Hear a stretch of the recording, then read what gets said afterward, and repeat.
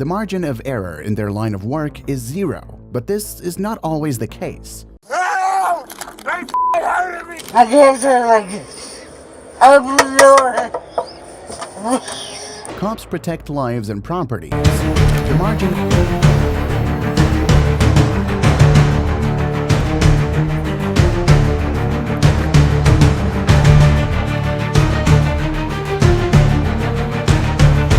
As in the next case, a paraplegic being brutalized by the police.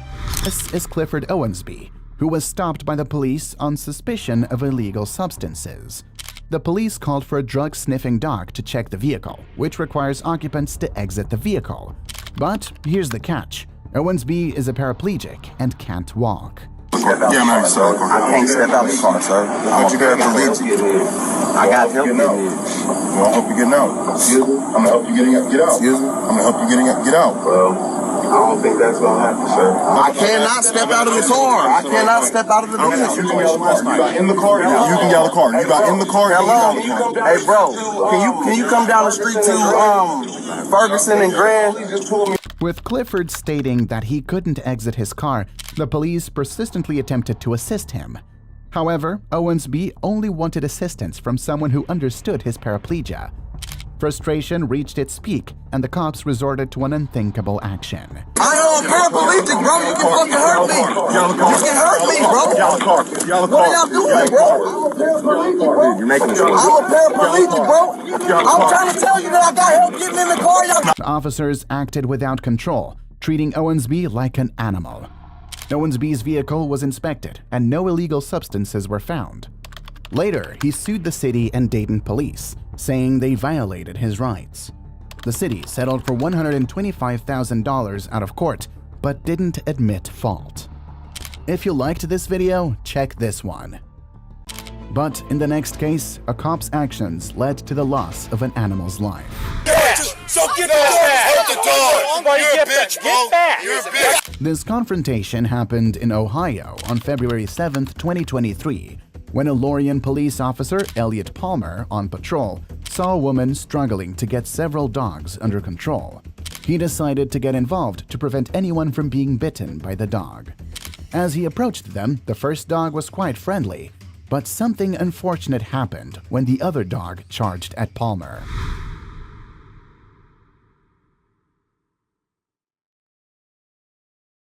The cop shot the dog, whose name was later discovered to be Dixie, 4 times. The shot was fatal as the dog died afterwards. By that point, the cop surely knew what was coming for him. Get back! You stupid fuck! You killed my dog! Get back! Why did you do it? Yeah, I'm suing get back! you. Okay, your dog charged you. Get back. You fucker! No, all these people seen that! That Okay. dog is harmless! Okay. Get, ma'am. No, I need I'm you to not. get back. Ma'am, I need Oh my God! We're I'm suing you! I want your name, I want your badge, everything! Palmer, Oh my God, 101. Why couldn't you let Everybody get back! Everybody get back!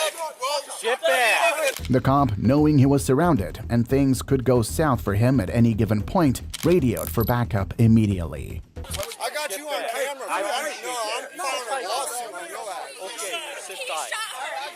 He wasn't going after him! He shot her 4 times! You better fucking pay for it. Back up. Everybody get back. She wasn't even going after you! She was going across the street! Backup arrived, and the officer was secured without any further casualties. He eventually had to leave, as the crowd grew in numbers, so as to prevent breakdown of law and order. Internal investigation by the police found the shooting to be objectively reasonable, and the officer did not face criminal charges. But he was put on modified duty for the time being. Hold on, Brad. Let me get in. Okay. This was 60-year-old Lisa Edwards. Apparently, after being discharged from a hospital and given the all-clear by the doctor, she still refused to leave. Hospital security reported that she had been a pain in the ass all night, and they felt the need for a cop to handle this matter. Little did we know how long of a day they were in for. My name is Lisa Edwards. Okay, Miss Edwards, they said you have already talked to the doctor. You listen to me, I'm talking. You've already talked to the doctor. You've already been discharged from the hospital. They want you gone. I'm talking.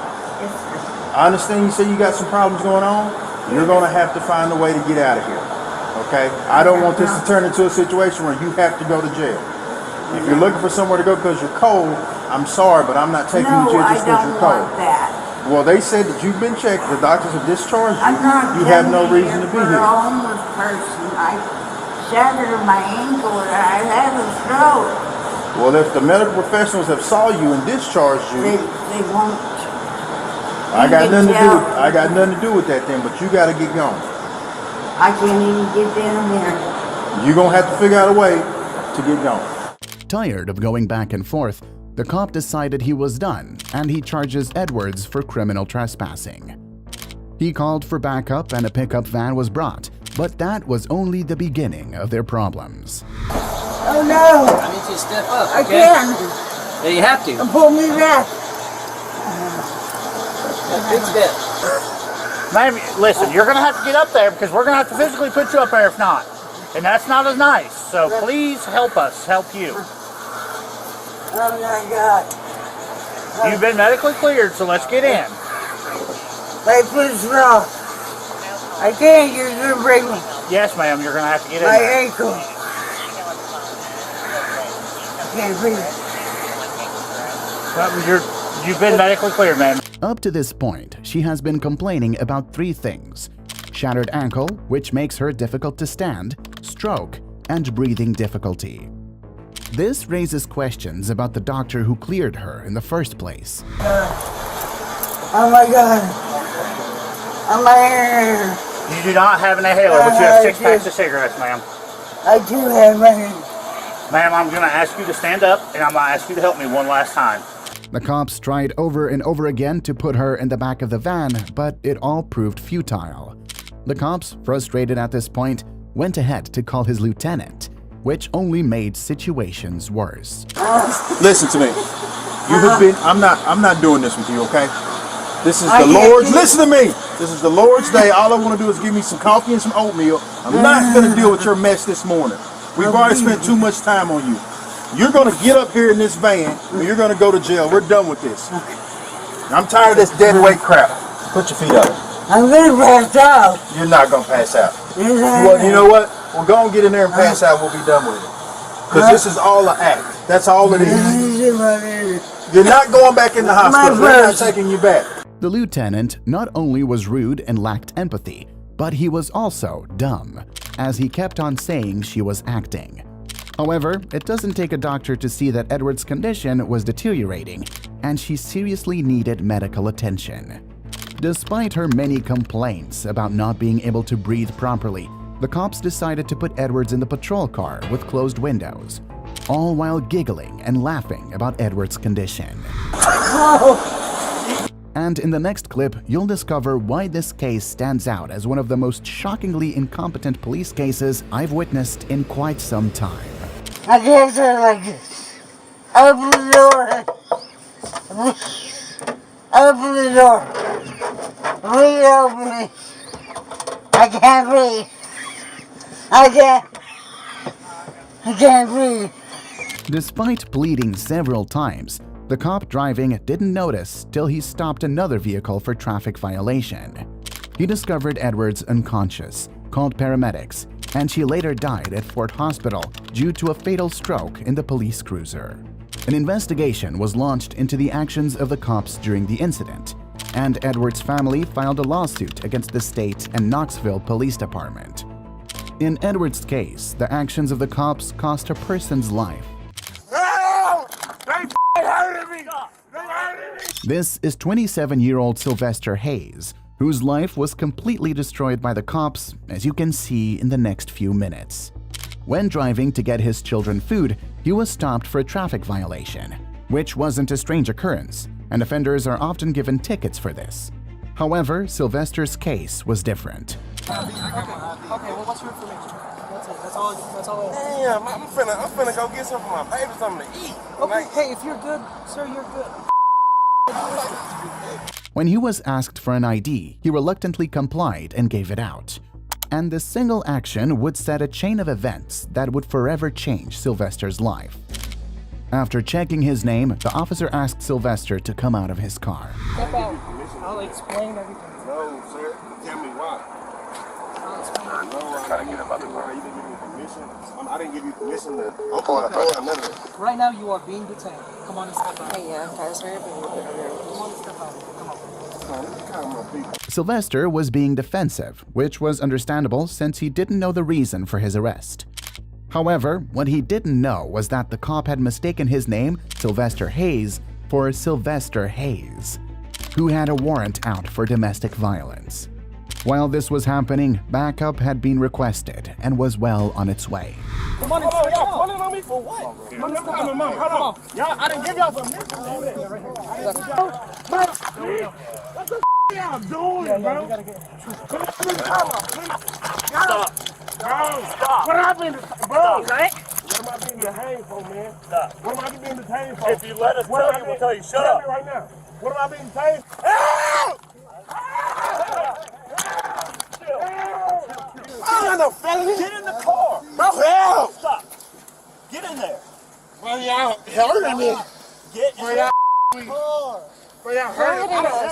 The cops, happy to have gotten the job done, proceeded to run his driver's license through their database to confirm their arrest of a domestic abuser. However, they were completely taken aback to what they found. Do you see how they doing me? Bro. Do you see how they... Ah! Scoot back. Scoot back. Watch your feet. You got the gun? Yeah, it's in the front. And his right pocket. And he kept going like this, too. The next course of action should be to release Sylvester and apologize for the inhumane treatment they've put him through. But not wanting to take responsibilities, they took a different and very dirty route. So, and I don't know all the story, but there is another Sylvester Hayes, right?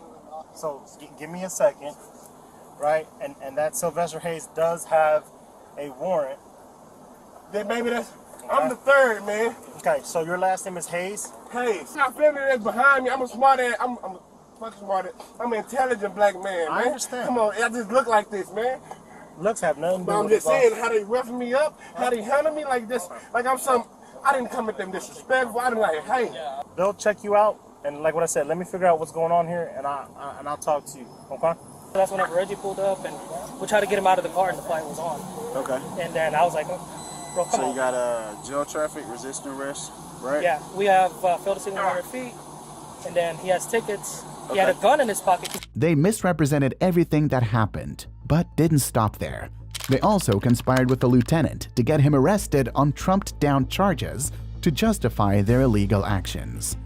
Sylvester lost his job and home after the incident and has filed a lawsuit against the Dallas Police Department, pointing to 2 counts of excessive force and 1 count of unlawful arrest. These situations keep getting worse and worse